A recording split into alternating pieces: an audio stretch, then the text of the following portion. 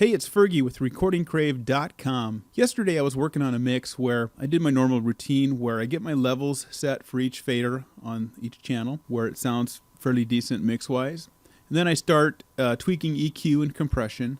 And usually I start with the bottom and work my way up to the top, meaning the bottom frequencies working my way up to the top frequencies, such as the vocal. I started with the kick drum and put an EQ on it, started tweaking that a little bit, and got it to where I thought it was okay, but it wasn't where I wanted it to be. And I put a compressor on there. The compressor added a little of its own color, which I liked, but it still wasn't where I wanted it to be.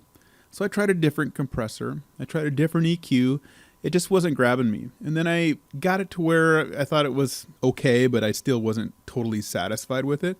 So I moved on to the snare drum then. Did the same thing, started with some EQ, some compression, and again, I just was not satisfied with what I was getting out of it. Anyway, I started adding some more plugins to what I already had, and before I knew it, I'm like, man, I have like 4 or 5 plugins just on the kick drum and 4 or 5 just on the snare, and I was not liking anything I was getting. In fact, I think the more I messed with it, the worse it was getting. So I thought, well, I'll start all over. And then I thought, well, let me try the Lord-Alge Signature Series plugins on there and see if that works. So what I did was I just bypassed my EQ and my compressors or anything I had on the channels because I thought if the Lord-Alge plugins didn't work, I wasn't going to, just throw away what I took so long to achieve. So I put the Lord-Alge Signature Series drums on the kick drum and I was like, oh my gosh, this is going to work.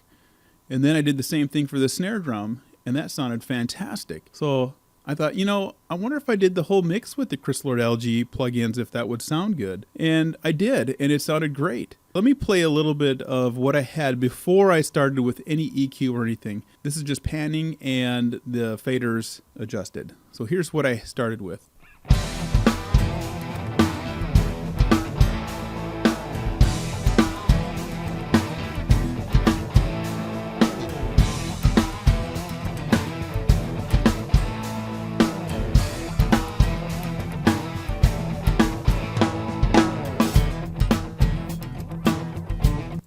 Okay, that's pretty much drums, bass, guitars, acoustic guitars, and keyboards. Now, really the drums and everything sounds pretty good. It's just lacking some real definition and clarity on the instruments. So let's break out the drums. And I am using the Slate bus compressor up here, the FG Red, for the drums. I'm going to turn that on. I'm just going to leave the master fader, that nice pink master fader there. I'm just going to leave that, everything bypassed there. I have an L2, a Sheps EQ that I'm using, and then the VBC rack on there. But I'm going to leave those bypassed. The only thing I'll have on is the drum bus is the FG Red by Slate. So let's listen to the drums just dry with no plugins on it at all.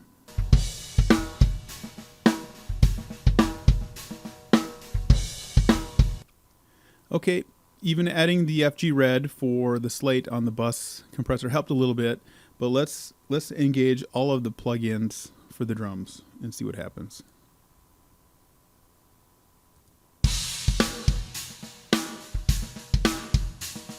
Wow. To me, when I first heard this, when I started messing with it earlier, I was just like, that is amazing. Let me show you what I did here. Just brought so much clarity to the whole drum set. Let me open up this. So on the kick drum, I use the Kick Rock 2 setting. If you come in here, go to Kick Rock 2. I use that setting. I tweaked it a little bit. It's not the same. It's not the original, but I tweaked it a little bit. I have a little bit of a gate on there so it doesn't bleed so much. And let's go to the snare. Now I use the snare Start Me Up. That's just here. Go to snare. And then it's just the first one. It's kind of a generic setting. And then I tweaked it from there. Now, I started with the hi-hat. I started with just a filter on there where I cut everything off from about 1K and below. Everything was cut out of there because I just wanted the top end of that hi-hat. But then I thought, well, let's keep everything with the Lord-Alge Signature Series and see what it sounds like. And what I did there was I just used the overhead option there for the overheads. I used the Start Me Up section, and then I just took all the low end out of it and added as much top end as this plugin would allow, with a little bit of compression and some verb. And the toms, I'm using his tom settings on the patch called Tighten Up, and you can see what the EQ settings are there. And I think I might have tweaked them a little bit, but not a lot. So let's listen to the drums again, and let's listen to just the kick and the snare.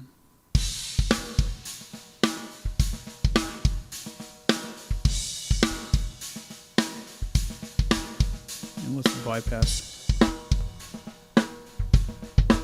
So much better with it on. Clarity, the kick is tight and punchy.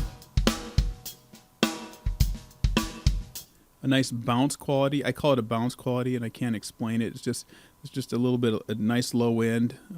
I call it a little juicy even. Let's add the hi-hat in there and see what that does.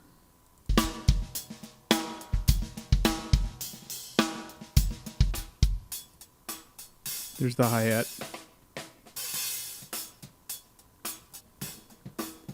There's the bypass on the hi-hat. And of course, you know, something like that's totally done to taste. Everything's done to taste. Let's go over to the toms and see how those worked out. The mics we used on that were Beta 98s.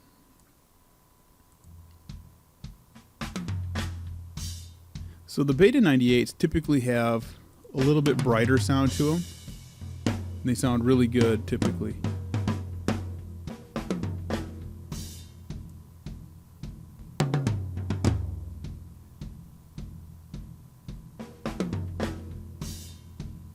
And let's engage the toms.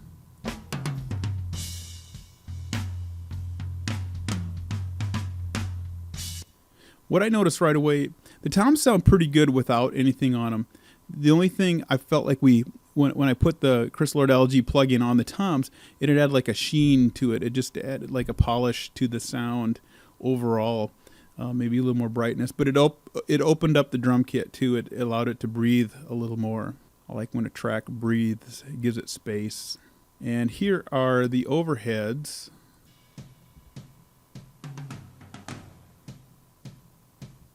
And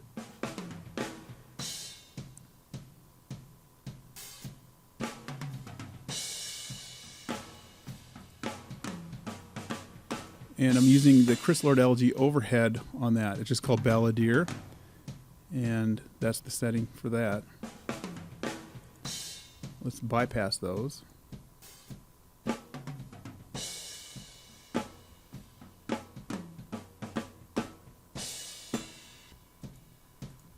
And those sound really good. And the mics we used on that are the Shure KSM 27s for the overheads on that. Let's jump over to the guitars. Let me find an area where we got guitar going here.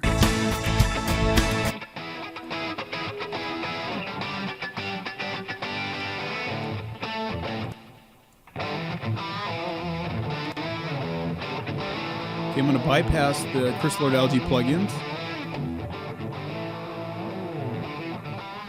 Sounds good, it just needs some more clarity to the sound. And these plugins do it, and what I used on those, it's called Electric Main Man, and I tweaked a little bit, but that's what that is there. And same one, Electric Main Man.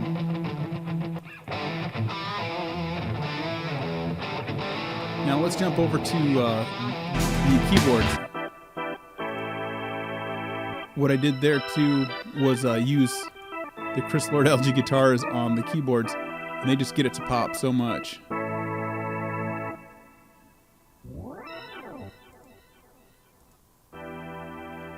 There it is without the plug-in engaged.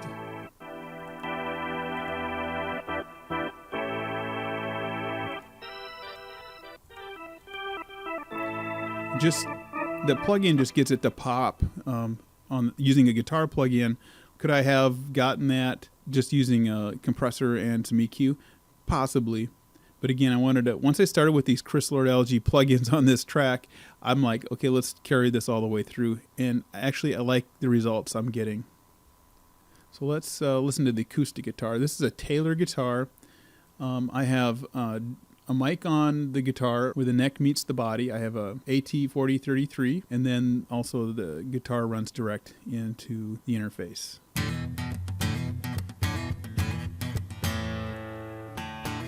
This is the direct signal right here. This Taylor sounds a little thin. I find that some of the Taylors sound kind of thin anyway. And here is the mic.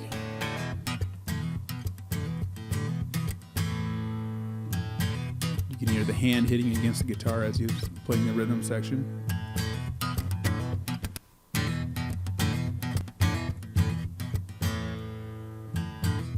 Okay, this is just the mic with nothing on there, just the sound itself. There's the Chris Lord-Alge plugin. Now what I hear right away is just the compression kicking in on there. Maybe some tonal shaping, but not a lot. Let's go over the... I heard a little gain increase there and compression there too. And really, it's questionable whether you would need to do anything to these guitars at all, since the sound hasn't changed a lot other than compression. There's the whole mix. Now the bass guitar, there's with the Chris Lord-Alge bass plugin bypassed.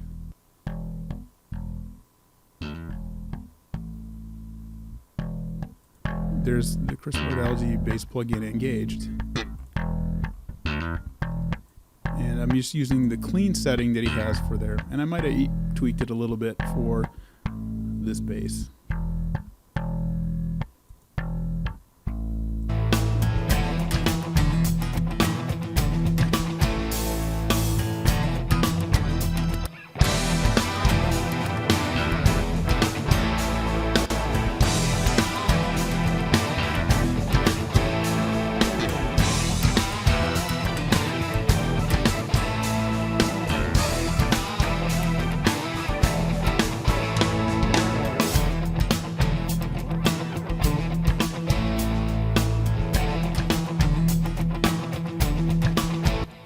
What I like about it, it just makes the mix sound huge.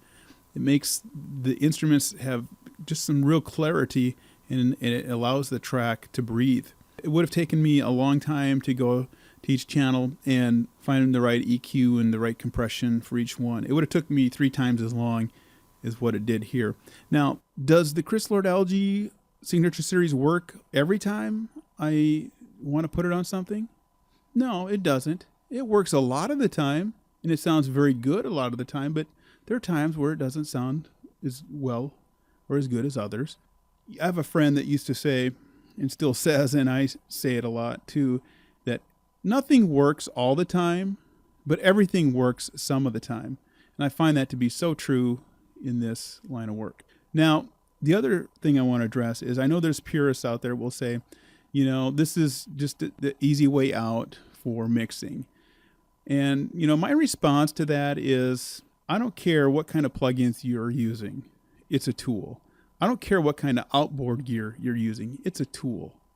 Whether it's your microphone, with that mindset, we'd all be using the same microphones on drums, on vocals, on guitars. And we're not. We typically have different microphones for each. Those are tools, plugins. You can have 8 to 10 different EQs, and they're all going to respond differently with different tonal characteristics. Those are tools. Compressors. Almost every compressor that I use has a different tone to it. Even the ones that are supposed to be the same. They all have different characteristics. They all have different tonal qualities. Those are tools that we use for mixing. These Signature Series through waves, they can tend to be resource heavy. They can tax your system a little bit. I think I have a little over 24 channels around there on this song. And I'm running about, let me pull it up here, about 52% roughly on the CPU.